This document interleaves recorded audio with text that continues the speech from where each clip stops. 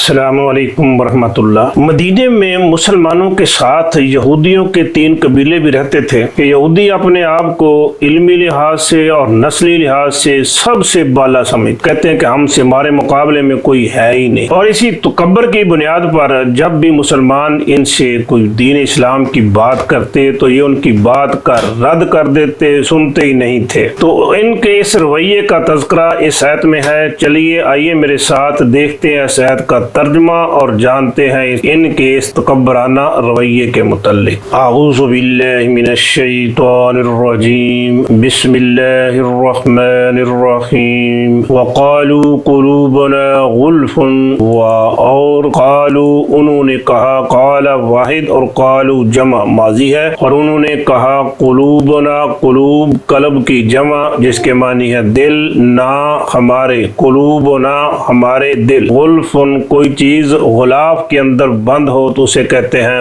غلف، جمع ہے، قلوب چونکہ جمع ہے تو غلف اس کی صفت ہے، یہ بھی جمع ہے۔ وقالوا قلوبنا غلف، اور انہوں نے کہا کہ ہمارے دل غلف ہیں، غلاف کے اندر بند ہے، یعنی کہ سمجھتے تھے کہ ہمارے پاس جو علم ہے وہ اتنا کافی ہے کہ مزید ہمیں علم کی ضرورت نہیں ہے، ہمارا دل جو ہے علم سے بھرا ہوا ہے، اب وہ غلاف کے اندر بند ہے، اس میں کوئی مزید چیز سما ہی نہیں سکتی۔ تو دوسرا کہ یہ مانی کہ ہمارے دل جو ہے وہ غلاف کے اندر ہے، تم جتنی مرضی باتیں کرتے رہو، تمہاری باتوں کا ہمارے اوپر کوئی اثر نہیں ہے، اس طرح مسلمانوں کی بات کو وہ رد کر دیتے۔ تو اللہ تبارک و تعالیٰ اس پر ارشاد فرماتے ہیں نہیں،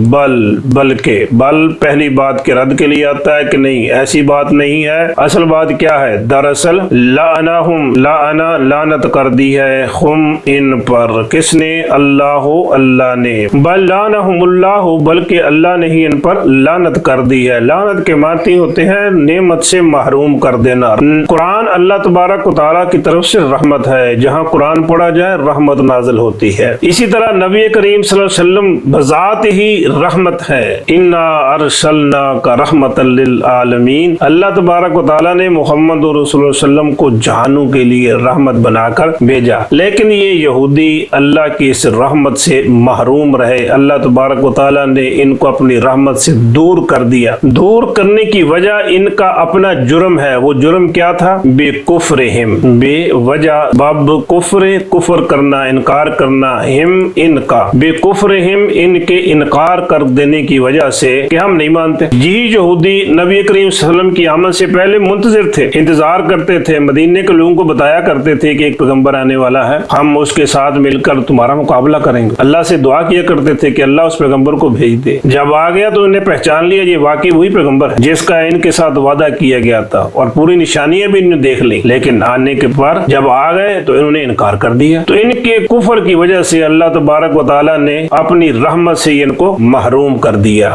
فقلیلاً، بس قلیلاً بہت کم ہے، ما جو یؤمنون وہ مانتے ہیں، ان کا جو ماننا ہے یہ بہت کم ہے۔ یہ تورات پر بھی جو ایمان لاتے ہیں وہ بھی پورا نہیں لاتے، اگر پورا ایمان لاتے تو پھر تو انہیں ماننا پڑتا کہ محمد رسول اللہ اللہ کے پیغمبر ہیں، پھر قرآن کو بھی مانتے۔ اب یہ جو کار کر رہے ہیں، نہیں مان رہے، تو یہ ویسے بھی کوئی انہوں نے تورات کے اندر تحریف کر لی تھی، تبدیلیاں کر لی تھی، اور بہت کم حصہ رہ گیا تھا جس پر یہ ایمان لاتے تھے، اور محمد رسول اللہ علیہ وسلم کے متعلق جو پیشین گوئیاں تھیں ان کو تو ویسے ہی چھپا لیتے تھے، بتاتے ہی نہیں تھے۔ فرمایا اللہ تبارک و تعالیٰ نے فقلیلا ما یؤمنون، بس وہ جو مانتے ہیں وہ بہت ہی کم ہے۔ ترجمہ ایک بار پھر دیکھ لیجئے، وقالوا، اور قالوا انہوں نے کہا، قلوبنا ہمارے دل غلف بند ہے، اتنا تکبر کہ کہنے لگے کہ ہمیں اب مزید کسی چیز کی ضرورت ہی نہیں ہے، جو ہمارے اندر ہے وہ بہت زیادہ ہے، کافی ہے۔ ایسی